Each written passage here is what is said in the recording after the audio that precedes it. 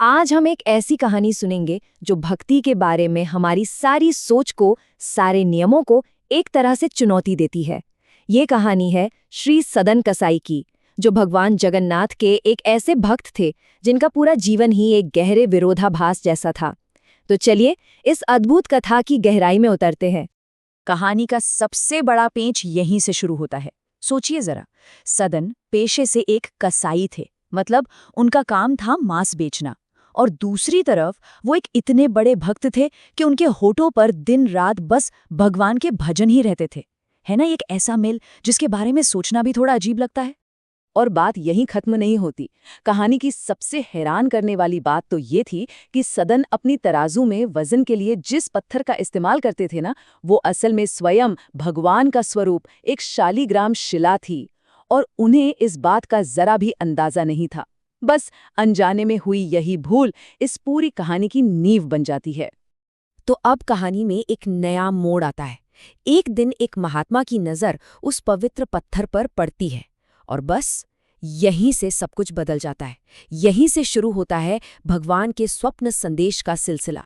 उन महात्मा ने जैसे ही शालीग्राम को देखा, उनके तो होश ही उड़ गए। वो उसे फौरन सदन से ले गए, गंगा जल से स्नान कराया, उसकी पूजा की और फिर भगवान से पूछा, हे प्रभु, आप एक कसाई के यहाँ क्या कर रहे थे? उन्हें ये सोचकर ही बहुत दुख हो रहा था कि भगवान ऐसी अपवित्र जगह पर कैसे रह सकते हैं। लेकिन उसी रात कुछ ऐसा हुआ जिसकी किसी ने कल्पना भी नहीं की थी।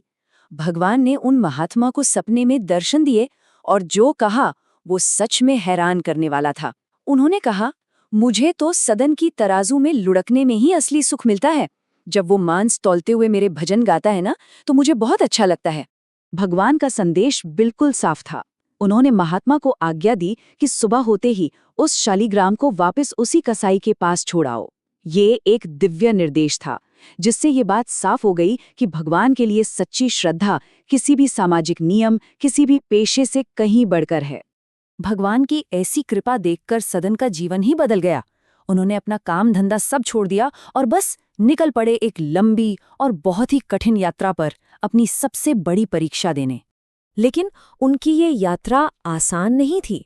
रास्ते में जो दूसरे तीर्थयात्री थे, वो उन्हें उनके पुराने काम की वजह से अपवित्र मानते थे, उनसे दूर रहते थे। और सदन की विनम्रता तो देखिए, वो खुद ही मुख्य रास्ते से उतरकर किनारे किनारे चलते थे, ताकि उनके कदमों से वो पवित्र मार्ग कहीं अशुद्ध न हो जाए। ये परेशानियां तो कुछ भी नहीं थीं। असली परीक्षा तो अभी बाकी थी।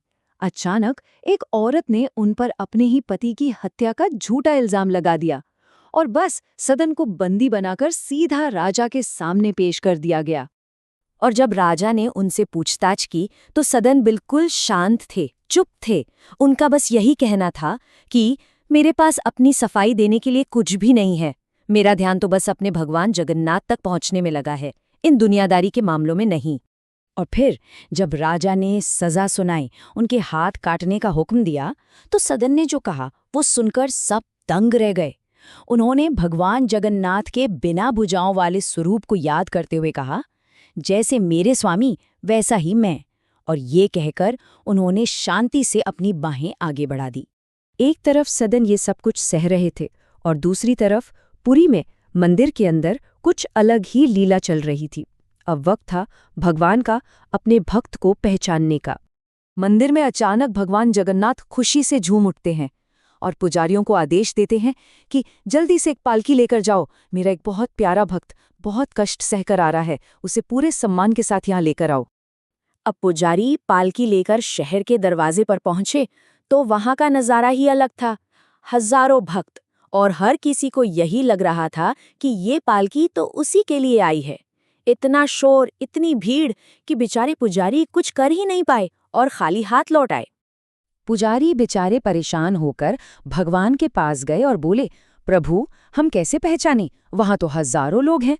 कृपा करके कोई निशानी बताइए, कोई पहचान बताइए, ताकि हम आपके सच्चे भक्त को ला सकें।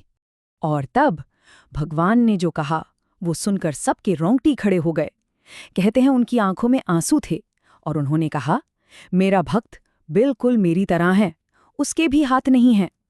ये वो अचूक निशानी थी जो सीधे सीधे सदन की ओर इशारा कर रही थी। और अब आती है इस कहानी का वो हिस्सा जहां भगवान की अनंत कृपा का चमत्कार दिखाई देता है। तो पुजारियों ने आखिरकार सदन को ढूंढ ही लिया, लेकिन इतना सब होने के बाद भी सदन की विनम्रता देखिए। उन्होंने पालकी में बैठने से साफ मना कर दिया। बोले, नहीं, मैं इस सम्मान के लायक नहीं हूं, मैं अपने प्रभु के दरबार तक पैदल ही जाऊंगा। जब वो मंदिर के मुख्य द्वार यानी सिंह द्वार पर पहुंचे तो उन्होंने देखा कि सभी भक्त जमीन पर लेटकर साष्टांग प्रणाम कर रहे हैं। और तब उनके दिल में एक टीस उठी, एक दर्द हुआ। उन्होंने सोचा, हे प्रभु, काश मेरे भी हाथ होते तो मैं भी आपको ऐसे ही प्रणाम कर पाता। और बस जैसे ही इस भावना के साथ उन्होंने झुकने की कोशिश की, एक चमत्कार हुआ। वहां मौजूद सभी लोगों ने देखा कि सदन की कटी हुई भुजाएं फिर से वापस आ गईं। मानो भगवान ने उन्हें हाथ इसलिए लौटा दिए हों ताकि उनकी भक्ति में कोई भी कमी न रह जाए। तो सदन कसाई की ये कहानी हम सबसे एक गहरा सवाल पूछती है। सवाल ये है कि आखिर सच्ची भक्ति की पहचान क्या है? क्या वो बाहरी नियमों और कर्मकांडों में है, या फिर दिल की उस सच्ची पुकार में जो न कोई जाति देखती है, न कोई पेशा और न ही कोई सामाजिक बंधन?